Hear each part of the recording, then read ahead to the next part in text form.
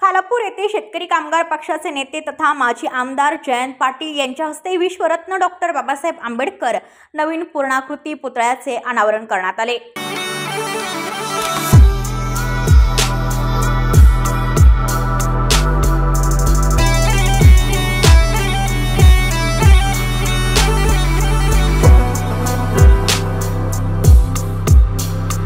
Bureau report Raigad Panvel वार्ता news.